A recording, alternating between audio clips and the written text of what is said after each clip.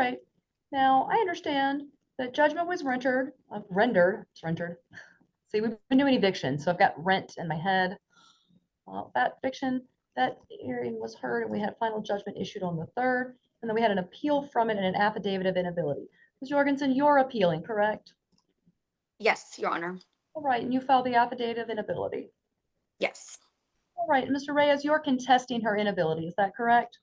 Yes, ma'am. Yes, All Your right. Honor. Let me go ahead and swear both parties in. Ms. Jorgensen, Mr. Reyes, if you'll both raise your right hand.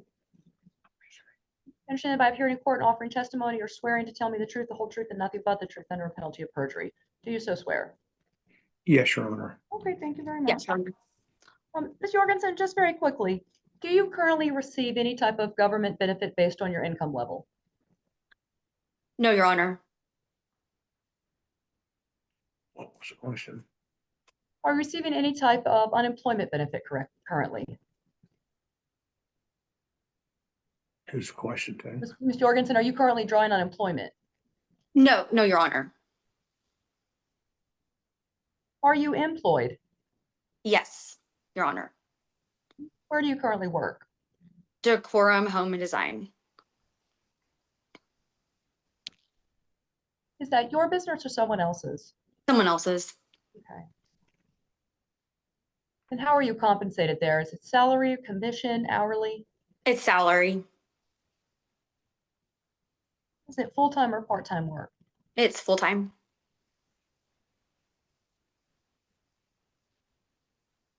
How much is the salary that you're earning? It's $60,000 a year. The amount of the judgment against you was $12,874. Is that correct? Yes, ma'am. I understand there's change, but I'm not going to get into the pennies and cents, y'all. I know that there's some change on it, but the big number is $12,874. Your take-home pay is about $4,100. Ms. Jorgensen? Yes. Yes, ma'am. Yes, $41.12. All right. Do you receive anything additional for child support?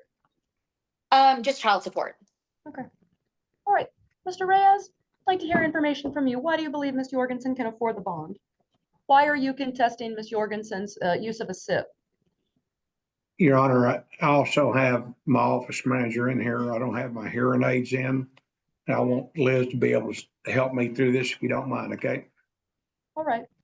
Okay, let's question. Is she going to be testifying? Yeah, you what? She's asking why you're appealing, why you feel like she can afford the bond. She can afford the bond because of her financials, what she has in her bank. And yes, it's not enough to fulfill her judgment, but we're willing to help her if she can pay the majority of it and then make payments. We're willing to help her in that. Mr. Reyes, she wants to appeal. She doesn't want to pay you anything. I don't know that, right? But she's appealing. Well, she should not be able to appeal. But she has a constitutional right to appeal, sir. So whether you think she does or not, she gets the right to appeal. The question is whether she has to pay a bond for it. Typically in Yes. justice court on appeal, because it's not up to the judge, the appeal bond is twice the judgment. You want a judgment against her for $12,800, which would make the bond to her $25,000. Yes, Your Honor. You believe that she has $25,000 cash available to post the bond. What's the question? That's the question. If you're contesting the SIP, No. you believe that she can afford $25,000 as a bond. So my question is, why do you believe that? Based on her financial. With her bank financials show 9933 in account. So that's not even half of what she owes for the bond. That does not prove she can afford it. In fact, it proves she can't. This would get her almost whole with this, with a couple of payments. What you're trying to do, Mr. Reyes, is get her to pay you the judgment. That is not the same thing as what you're she's appealing. A contesting of the SIP is to say that she should be able to afford it. Not that she can afford you the judgment. These are two different things, sir. Okay, so to say no. What's that? Just say no. No. Yeah. Okay. All right, court is gonna overrule the contest. The SIP will be valid. Case is gonna move forward to county court. And then, Mr. Reyes, you absolutely, if you win again in county, can pursue judgment, and you'll have that affidavit there as proof that she's got some money in her bank account.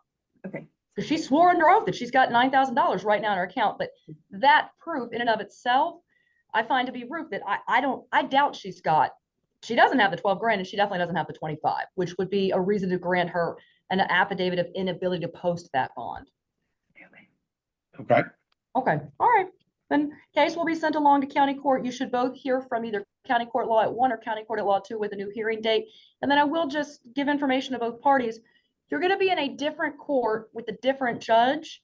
They may require that you follow the rules of evidence. So for both of you, once you have a court date or you know that it's going to be in a new hearing, you might want to reach out and learn what is the expectation for that court, county court, either 1 or 2. All right. Right. All right. Thank you all very much then. Very best of luck, everyone. All parties are excused. Ms. Victor, why was this case filed? It's a suit for non-payment for the month of February, in the amount of $1,692. We did deliver a 3-day notice on February 10th, and it was a notice to vacate, for at least, I think we required 24 hours. Ms. Victor, was it a pay or vacate or just you have so much time to leave? It was basically a notice to vacate. Okay, notice to vacate. Yes. Had Ms. Barber been late on the rent prior to February? Yes. Okay. All right, and then how did y'all give her the notice to vacate in February? It was posted to the inside of the front door. Inside of the door. All right, and is this a CARES Act property? No, ma'am. And is there any subsidy on the 1692? No, ma'am. Are you seeking anything for March? Prorated, I believe it's $654.96 through today. Good afternoon, Ms. Barber. Thank you for being here. Yes. Ms. Victor is here representing the landlord Avalon. She says this case is, as I've heard from others today, a financial situation, which I understand is no fun, but it does occur. So my first question is the monthly rent $1,692? Yes. All right. And then Ms. Victor says that February and March have been unpaid. Is that correct? Yes. May I explain? Certainly. Okay. I have a teacher retirement deposit that comes in February. And because I changed banks, they didn't do the mobile deposit. They sent a hard copy check. Mhm. And by changing banks, that bank, the new bank, put a 5-day hold on the check, which took me out of February into March. So as I called the care center, I'm thinking that I can pay for February's, and they wouldn't allow me to pay anything. It was $2,200. And they said, no, it's going to be more like 4,000, whatever, And I said, well, I don't have that right now. But I'll have it, But anyway, they wouldn't accept payment without it being February and March, which I'm listening to you all, so I totally get it. So tomorrow I should get the rest of the money and I'll be able to pay the whole amount. So, but if he wants to lower it, that'd be great. If any. Well, Ms. Barber, I'll give you some information then. So what Ms. Victor asked is that I only make the judgment through today. But if your goal is to maybe pay it off and not have an eviction on your record, right, then per the lease, you owe the whole amount for February and March, right? That's fine. That's fine. I think it just caught me off guard because I was trying to pay for February's, but because we were already at the beginning of March and it had rolled into March, the gal was going, nope, nope, nope. So, and those are policies sometimes beyond. I've had landlords say we'd love to do it, but we have a higher command in our rule book that says they cannot. So what I will just say, Ms. Barber and Ms. Victor, for you both, it sounds like Ms. Barber, you may have the funds available to you here very shortly. If in the next 5 days, and it's 5 calendar days starting tomorrow, if y'all come to some resolution, right? Because Ms. Victor, y'all let me know that you want to vacate it. We're happy to do that. Ms. Barber, you still have your option to appeal, and then in that appeal period, you can continue to try to negotiate. You have all of your options to you. If you do nothing, though, on day 6, this judgment would become final. All right. Ms. Victor, it'll be paid in full by Monday at the latest, but I'm hoping it'll be tomorrow or Saturday instead. So I don't want to be evicted. I like it here. So Anyway, I just needed just to say it was my mistake for not, I didn't know that my check was going to be deposited as a hard copy check. I was looking for a direct deposit. So I appreciate that, Ms. Barber. That's a good lesson and warning for us all, right? And I have a TRS account for my time at Texas State, so I I gotcha. know what I'm doing with that. All right, well, if there's no questions, then it's 2346. That's February and then a proration for March. Cost of court is the only thing that's added to that judgment. Either party can appeal. I'll put the appeal bond equal to a month of rent. That's $16.92. And again, though, if parties shall come to some agreement in 5 days, plaintiff lets me know that, we're happy to set this aside. Okay. Very best of luck to everyone. Thank Just- you. Ms. Barber, very best of No, luck. let me know. Thank you. Thank you. All parties are excused. Thank you. Ms. Barberetta, why was this eviction filed? For non-payment of rent, the base rent is $12.56. Doesn't have any subsidy rents. We are a CARES property. He'll owe for February 2026. And for 12 days of March would make it $486.20. We do actually have about $20 for January and December as well. So he made partial payments for a couple of those months. So in total, he owes $1,742 and or $82.20. Okay, so it's $20 from December, $20 left in January, all of February, and a proration for March. Yes. And altogether, that's $1,782. And 20 cents. Ms. Barberetta, is that right? Yeah, sorry. That's fine. I'm assuming, and you said no subsidy on the government rent. Okay, when was the notice to vacate? It's February 4th. February 4th. It was a notice to pay or vacate. Oh, all right.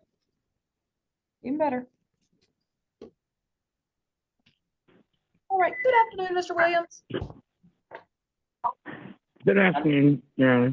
Ms. Barberetta is here. She's representing the landlord bridge at Turtle Creek, and she's given me information. Says this case is very much, as I've heard from all the others today, a non-payment matter. So my first question, Mr. Williams, is the monthly rent $1,256? Yes, ma'am. Okay. And then Ms. Barberetta says that there's a little bit of a partial, $20 was remaining for December and January, but more importantly, February and March remain unpaid. Is that accurate for February and March? Yes, ma'am.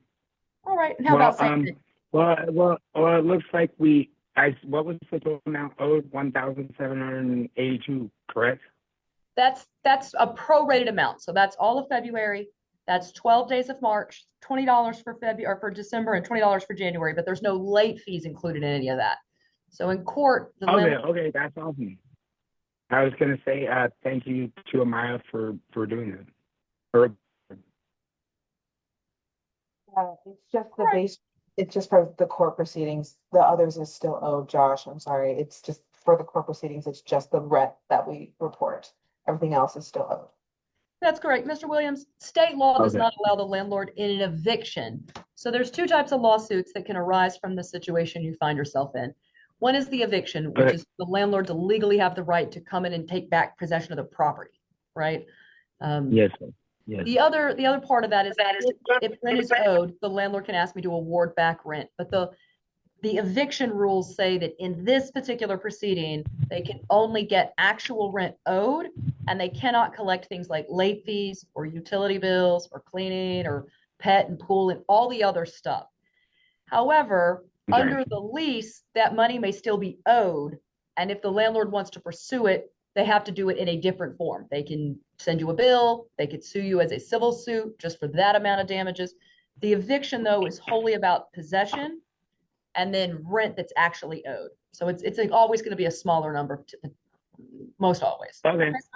Okay. So may I bring up a few things? And Amaya has nothing to do with this. She's been awesome this whole last year, and so are the ladies down there.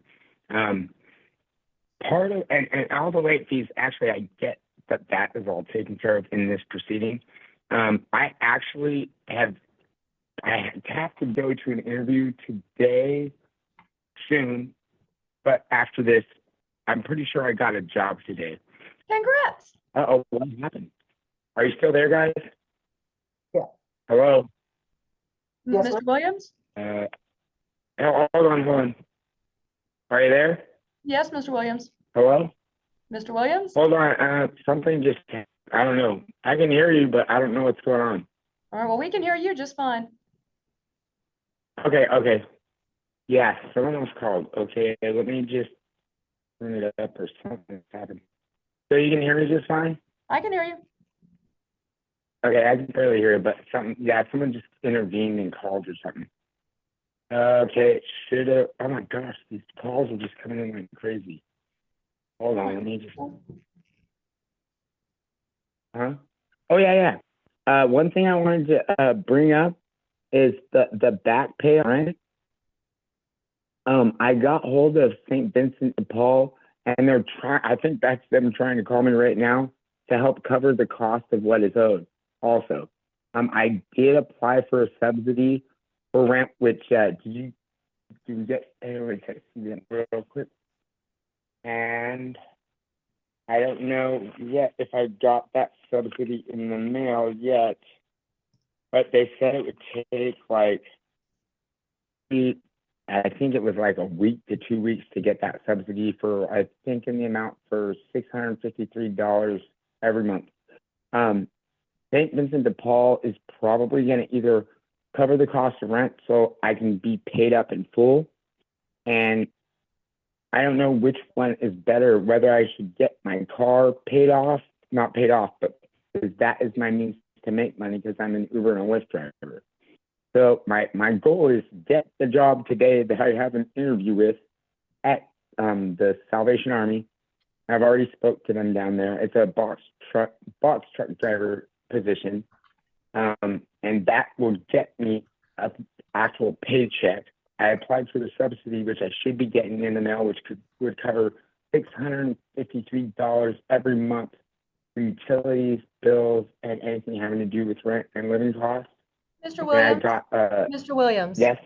This is wonderful information, but it's not, for the court, it's not needed or necessary. Please contact Ms. Barber Okay, so, and let her know that. Let me give you the final details. Today, the judgment is judgment for the okay, yes, plaintiff. I can just barely hear you. Hold on, I gotta get this volume turned up. I cannot hear anything, dude. Hold on. Okay, now go. Judgment for plaintiff, Sure. $1,782 in back rent plus cost of court. Either party can appeal. You have 5 days to appeal. The appeal bond is equal to 1 month of rent. So that's $1,256. Mr. Williams, Ms. Barbarina, I'm so sorry. I'm thinking Jane Fonda. I'm having Barbarossa. My apologies. If parties do reach some kind of agreement, right, if that happens, plaintiff has that option to let us know. Mr. Williams, you have an option. Both parties have an option to appeal. If y'all do nothing, the judgment becomes final on day 6. That's when the landlord can have the writ of possession. Okay? All right. Okay, so Thank you very much. I just go to Apple. I'm sorry, Mr. Williams? I said, do I just go to appellate court? And because I do have a reason for appealing some of this.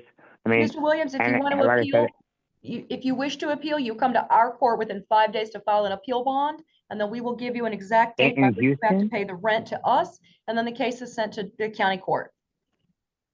In Houston? No, sir, here. It's going to be appealed to the county court at law in Okay. Travis County. You're going to go to either court 1 or court 2. Okay. Okay. Okay. All Thank right. you, Good luck, I everyone. Thank you appreciate very much. Good luck for Thank your you. interview, sir. I hope you get good news. Thank you. I will. Thank you. All parties are excused.